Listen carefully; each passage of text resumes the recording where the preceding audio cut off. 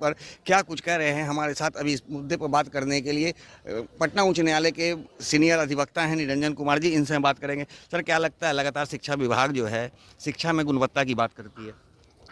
देखिए, हमें तो ऐसा प्रतीत हो रहा है अभी कि अभी शिक्षा विभाग जो है सबसे करप्ट विभाग के रूप में उभर के आया है। अब आए दिन आप न्यूज़पेपर्स में भी देख रहे होंगे।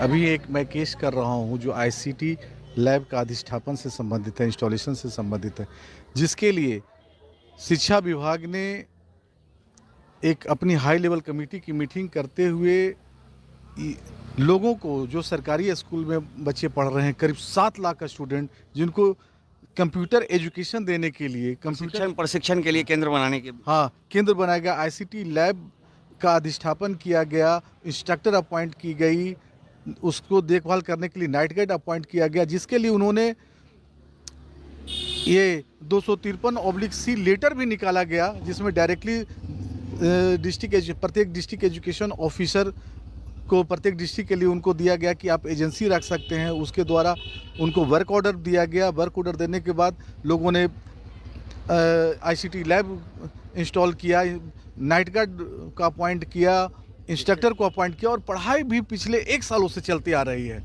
लेकिन ये निविदा कब निकाली गई थी? ये निविदा 2023 में निकाला गया। कितने वर्षों के लिए? 5 सालों के लिए, जिसके क्लॉज 9 में क्लियरली, जो आपको मैं बताया कि ज्ञापन संख्या जो 253C है, उसमें डायरेक्टली लिखा हुआ है कि ये निविदा जो है और ICT lab shall be install for 5 years. तो फिर ये मामला आपके पास कैसे आ गया? ये मामला आ गया कि 1 साल भी नहीं पूरा है और इन लोगों ने without issuance of even a show cause notice, without recalling the said order, इन और सीधे डायरेक्टली इनको कह दिया कि आप लोगों ने जो आईसीटी लैब इंस्टॉल किया गया है, नाइट गार्ड अपॉइंट किया है, इन सब को 31 जनवरी 2025 से वापस ले जाइए और 1 फरवरी 2025 से आपका निविदा स्वतः यूनिलेटरली कैंसिल समझा जाएगा, आर्बिट्रली इलीगली। जबकि इस पे लॉ भी है, नेचुरल जस्टिस का कंप्लाइंस करना। कोई भी अगर आदेश पारित करते हैं किसी के अगेंस्ट में, तो at least 1 opportunity must be given for hearing. लेकिन इनको कोई शीट ऑफ पेपर तक नहीं इशू किया गया। इवन चाहे आप सरकार हों, कोई अथॉरिटी हो या कोई भी व्यक्ति विशेष हो, अगर किसी अनुबंध में आप जाते हैं तो आपको ये अपॉर्चुनिटी उनको देना ही है कि अनुबंध कैंसिल करने के पहले सुनना है। उतना ही नहीं, आपने यहाँ कोई एक पेपर तक नहीं दिया और डायरेक्टली नोटिस इशू कर दिया कि भाई आप सारे जो इंस्टॉल किए, जिसमें करोड़ों करोड़ों रुपया लगाए हुए हैं, क्योंकि सब लोगों ने ये अनुमान लगाया कि 5 साल तक लगातार चलेगा।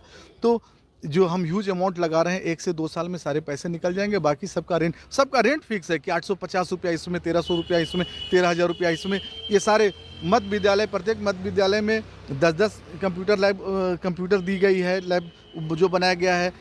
हाई स्कूल जो है उसमें 20 कंप्यूटर लैब दिया गया है, इंस्ट्रक्टर अपॉइंट किया गया है, उसके देखभाल के लिए नाइट गार्ड, और सारे का पेमेंट जो है एजेंसी के द्वारा दिया जा रहा है। लेकिन एजेंसी के द्वारा? हाँ, सभी का पेमेंट एजेंसी के द्वारा, क्योंकि उसने कहा कि सारा पेमेंट आप अपने से अपॉइंट कीजिए और हम एजेंसी को देंगे, एजेंसी उनको देंगे। लेकिन 1 महीने का पैसा दिया और बाकी करोड़ों करोड़ों रुपया मैं देख रहा हूँ कि उन्होंने एडमिटेड है उनके लेटर में, ये 9/12/2024 का लेटर में एडमिटेड है कि करोड़ों करोड़ रुपया की जो इस फिनेंशियल ईयर तक, लेकिन एकाएक वो लेटर यहाँ से निकाल दे रहे हैं कि नहीं, आपकी साथ जो अनुबंध की गई थी सब आप वो 1 फरवरी 2025 से यूनिलेटरली कैंसिल किया जा रहा है और आप लोग 31 जनवरी 2025 में सारे अपने जो कंप्यूटर इंस्टॉल किए हैं सबको वापस ले जाइए, नहीं तो उसकी हमारी कोई जिम्मेवारी नहीं रहेगी। इसमें तो कई कंपनियां होंगी, हाँ, एजेंसियां होंगी। इसमें हमें लग रहा है सैकड़ों कंपनियां हैं, करीब ये 10,000 स्कूलों में स्थापित की गई है,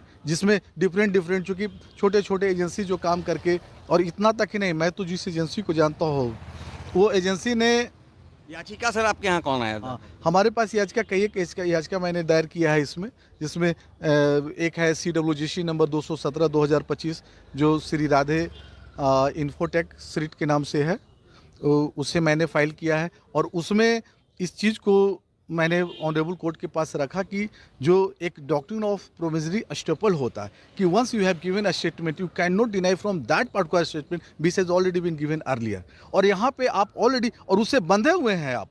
कोर्ट ने कहा कि you are also bound to follow it, आप उसके पीछे नहीं, अगर आपने 5 साल के लिए अनुबंध किया है तो that must be continue for 5 years.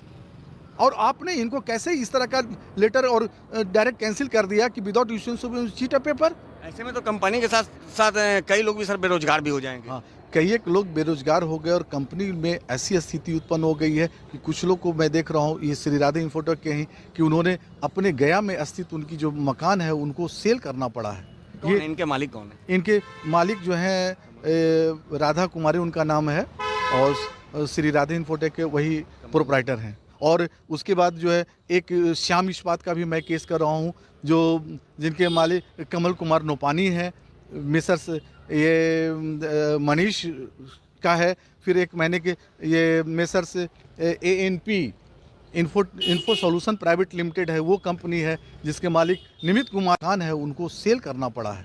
कौन है इनके मालिक, कौन है? इनके मालिक जो हैं राधा कुमारी उनका नाम है, और श्री राधे इंफोटेक के वही प्रोप्राइटर हैं। और उसके बाद जो है एक श्याम इस्पात का भी मैं केस कर रहा हूँ, जो जिनके मालिक कमल कुमार नोपानी हैं, मिसर्स ये मनीष का है। फिर एक महीने के ये messrs ANP info solution private limited है, वो कंपनी है जिसके मालिक निमित कुमार हैं। ये सारे का उनका तो केस यही 27 तारीख को लगा हुआ है। तो मामला है कि 2023 में संविदा निकाली जाती है, उस समय ACS कोई और होते हैं, अभी ACS कुछ और है। तो क्या लग रहा है कि शिक्षा विभाग में किस तरह का ये माहौल देखने को मिल रहा है कि एक आदमी निविदा निकालते हैं, दूसरे कैंसिल कर दे रहे हैं? देखिए, यही तो बहुत बड़ा खेल है जो मैंने पाया, क्योंकि उस वक्त ACS जो थे उन्होंने निविदा निकाला, उस अनुसार से सारे कार्य को उन्होंने किया।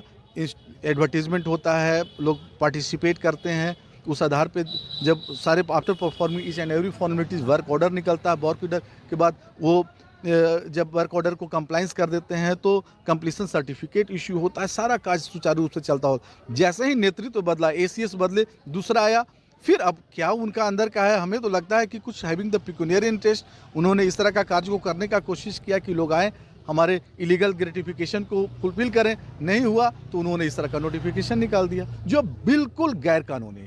तो क्या सर एजेंसी को तो कुछ तो बताया होगा ना कि कारण? कोई without issuance of even a show cause notice, without issuance sheet of paper, this impugned order has been pass. That's why honourable court ने उस पर संज्ञान लिया और उन्होंने कहा कि नहीं, ये तो बहुत बड़ी स्कैम है, ये इलीगल एक्शन है, और उस आधार पे उन्होंने इमीडिएटली उसको स्टे कर दिया है। तो अब स्टे हो जाने के बाद, जिस तरह से अब कोर्ट का आदेश आ गया, स्टे होने के बाद अब आगे क्या करेगी कंपनी? क्या फिर उनका जो बकाया राशि है उसका भुगतान करने के भी कोर्ट आदेश देगी? मैंने अपने रीट एप्लीकेशन में हमारा एक प्रेयर भी है कि for directing and commanding the responsible authorities to give the dues payments to all the petitioner which is already admitted in the notification of the state government itself. और उतना ही नहीं, बाकी के जो निविदा के अनुसार से जो तय रकम है, मंथली जो रेंट देना है, उनको देना है। ये 5 साल तक कंटिन्यू रहेगा, 5 साल तक रहेगा एकदम, इसमें कहीं कोई दिक्कत नहीं।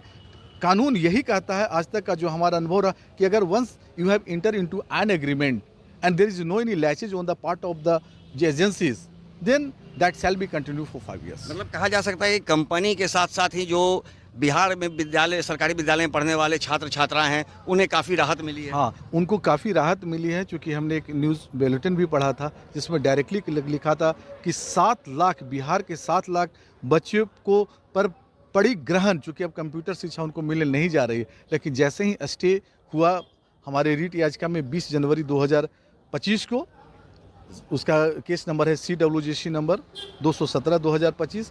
तो ये सारे लोगों में खुशी का लहर दौड़ गया कि अब हम लोग को न्याय मिलेगा, और पटना उच्च न्यायालय से न्याय मिलती ही है और यहाँ से मिलेगी।